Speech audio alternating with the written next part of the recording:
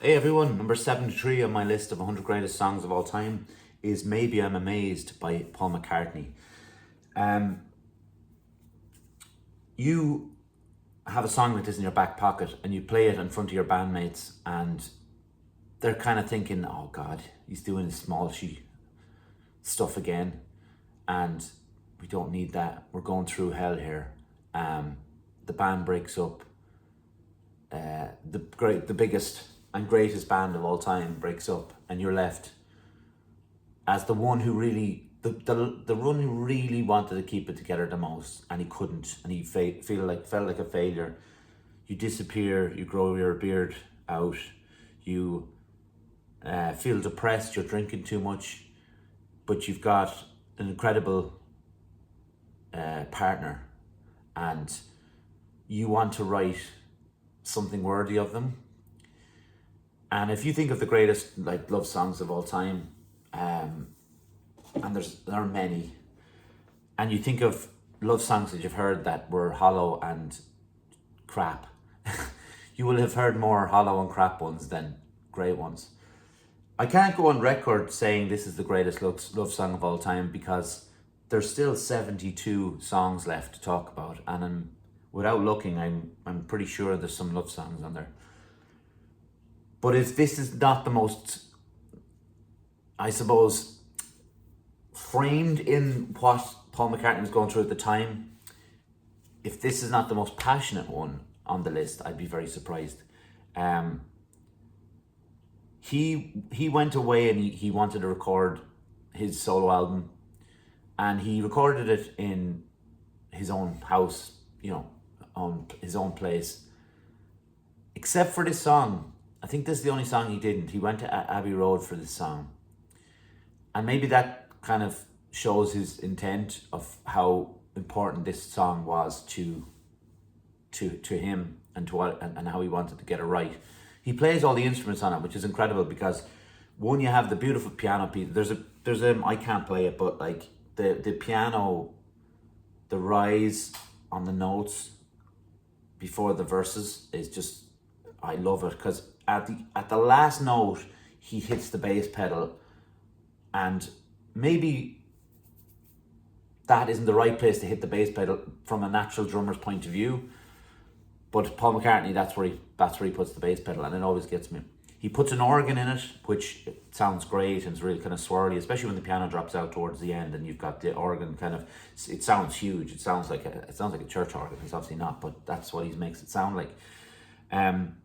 He plays kind of bluesy licks on it, which is on the piano, which it sounds so good.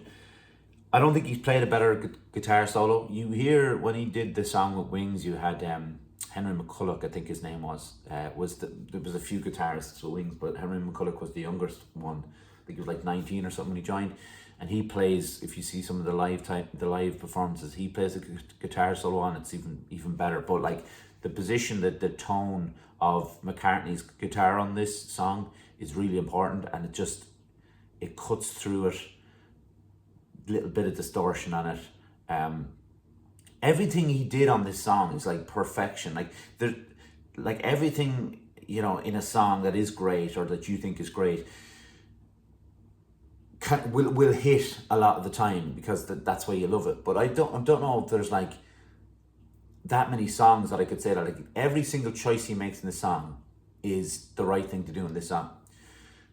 But the falsetto at the end of every chorus is properly, like, people think I'm a proper nerd for speaking about music like this, and that's fine, but I know people who would speak about music like this as well. But every time he hits that falsetto, it gives you a little bit of a punch in the chest. Like it tells you I will never be able to write a song like this. Like I remember writing my first song when I was like 16. I was working in Super Value at the time, and there's this girl I fancied there. I can't remember her name, so I can't give it away or whatever, but not that it would matter. But it was literally, I saw you there with your long blonde hair, like the way that the lines are just rhyme with every single line had to rhyme with each other. I wasn't brave enough to kind of not rhyme one line with the next. And we've all kind of done that. Like anybody who's tried to write a song, probably their first song is probably a love song. And It was terrible. And I've written songs about people, as a kind of an ode to a person, or I suppose to show how important they are. But to try and write a straightforward love song about someone is dicing with that. And I know that sounds a bit over the top, and it is a bit over the top. But when you hear Maybe I'm Amazed by Paul McCartney, you can't compete with that kind of stuff. You just can't do it. And if you try and put your songs side by side with it, you will realize that you failed miserably. There's just little bits like I would say this isn't lyrically isn't as great a song, whatever. It's not as great as even Love Song, I suppose, but like it's so straight to the point. The chorus is, baby, I'm a man, maybe I'm a lonely man who's in the middle of something that he doesn't really understand. Baby, I'm a man, maybe you're the only woman who could ever help me. Baby, won't you help me understand? And, you know, the whole thing of being in the middle of something, to downplay it as Paul McCartney's doing, is the biggest band in the world is broken up, and now he feels like, what am I going to do from here? Like, this, all I had was the Beatles. And, you know, even the greatest songwriters had this moment of like panic and thinking like imposter syndrome, all of stuff. Can I do this as myself, as Paul McCartney? Can I carry on? Because like I had 3 other lads with me, and we were a gang, and we knew what we were doing. But even just the other things, like maybe I'm amazed at the way you're with me all the time, or maybe I'm afraid of the way I leave you. Baby, I'm amazed at the way you help me sing my song. You write me when I'm wrong. Maybe I'm amazed at the way I really need you. It's beautiful, like, and again, it's more about, I think this song is more about the music for me than it is about the lyrics.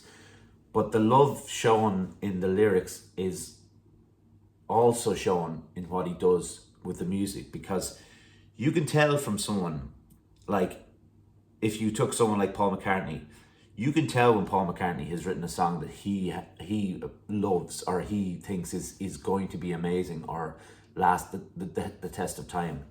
And you can hear that in something like Hey Jude, you can hear it on Let It Be, and those just like amazing Beatles songs. But you can also hear it on McCartney songs, you can hear it on Wing songs. But for me, the choices, like I talked about, show a man that he knows exactly how he wants this song to sound. And maybe this is the ultimate love song for his wife, who, you know, they weren't married a long time at this point. They'd been together maybe 3 years or something. But if you're going to write a love song for your partner, this is where you've got to aim for. So maybe I'm amazed. I am amazed every time I hear how brilliant this song is. I was very lucky to go to a record fair a while back, and to pick up a copy of Paul McCartney's debut album, and this is obviously on it, but on vinyl, and it's amazing. So the whole album's great, but yeah, maybe I'm amazed. Thanks everyone, bye.